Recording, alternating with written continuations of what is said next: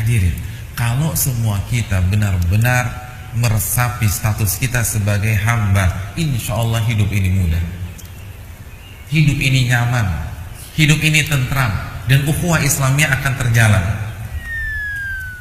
Hadirin, yang bikin kita sengsara di dunia ini kan karena kita jadi hamba dunia. Yang bikin kita stres, galau, itu kan karena di otak kita tuh dunia.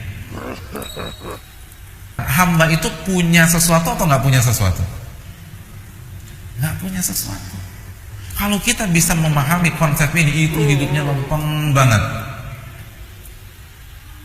Saya ingin tanya, apabila di sebuah rumah ada pencurian mobil S-Class hilang, kira-kira yang sedih siapa? Pembantunya atau majikannya? Ada yang pembantunya?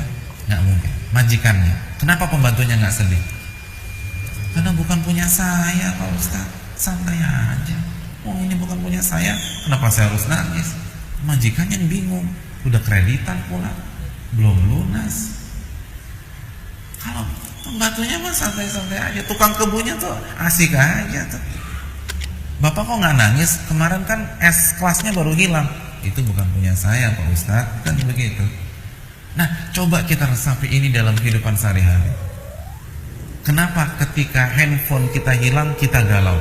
Karena kita merasa itu milik kita, bukan milik Allah. Kenapa ketika motor hilang kita bingungnya setengah mati? Karena kita merasa memiliki, lupa konsep hamba. Coba kalau kita yakin saya ini hamba, ini punya Allah, kontraknya udah habis, Allah ambil lagi, Allah serahkan sama yang lain, ya udah tenang aja. Itu aja kok repot kan, begitu hadirin. Jadi simpel aja. Hadirin, saya ingin bertanya kepada hadirin sekalian, ketika kita dicaci maki orang, kita marah apa enggak? Kita ditunjuk-tunjuk orang, dibodoh-bodohin orang depan mata kita, kita marah apa enggak? Marah. Kenapa kita marah? Karena kita merasa dilecehkan, merasa dihina, harga diri kita dijatuhkan. Betul apa tidak? Saya ingin tanya, pertanyaan kedua simpel aja. Itu harga diri dilecehkan, dihina di dunia apa di akhirat? Di dunia. Bukan dunia lagi yang ada di otak kita. Coba kalau orientasi kita akhirat, nggak akan stres. Uang kita 50 juta dibawa kabur orang, galau tidak hati kita? Galau. Kenapa demikian? Ustaz, simpel Ustaz, uang saya hilang.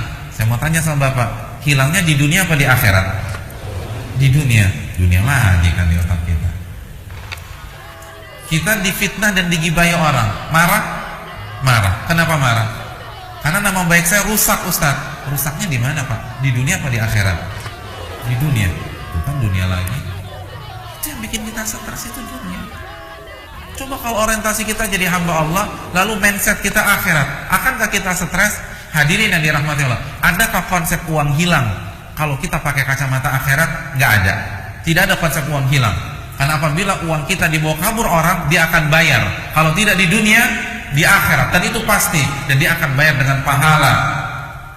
Maka kita tidak akan stres. Karena yang membuat kita stres adalah ketika kita merasa uang kita nggak balik. Ketika kita yakin uang itu akan dikembalikan, bahkan dengan bonus, dengan hal yang lebih baik, yaitu pahala, kita akan santai. Kalau kita mindset kita akhirat, kita difitnah dan digibahi orang, kenapa Anda harus marah? Bukankah orang yang memfitnah dan menggibahi Anda itu akan mentransfer pahalanya pada hari kiamat? Kok dikasih pahala marah? Atau kalau dapat transferan duit senang apa enggak? Setiap hari ada orang yang transfer antum 10 juta, senang? Senang. Nah sekarang kenapa ketika ada orang setiap hari kasih transfer pahala kita marah? Kenapa harus stres? Anda stres karena di otak Anda tuh dunia. Anda takut nih, yang Anda dapatkan semua di dunia tuh hilang. Itu yang Anda takutkan. Jadi aneh ya manusia ya. Yang mengecewakan mereka selama itu dunia, tapi masih aja setia sama dunia. Yang membuat mereka sakit hati selama ini dunia, tapi masih aja mau jadi budak dunia. Yang membuat mereka galau selama ini itu dunia, tapi masih aja mau jadi hamba dunia. Manusia, oh manusia, luar biasa. sedangkan Allah yang memberikan mereka semuanya, yang Ar-Rahman dan Ar-Rahim, nggak mau jadi hambanya. Kalau kita ingin bahagia, ini konsepnya hadirin, jadilah hamba Allah. Ini gelarnya. Makanya ketika Nabi menjelaskan tentang hamba Allah, Nabi katakan tuba lahu, tuba lahu, beruntung dia dan beruntung dia. Inilah gelar yang harus kita renungkan, yang harus kita camkan.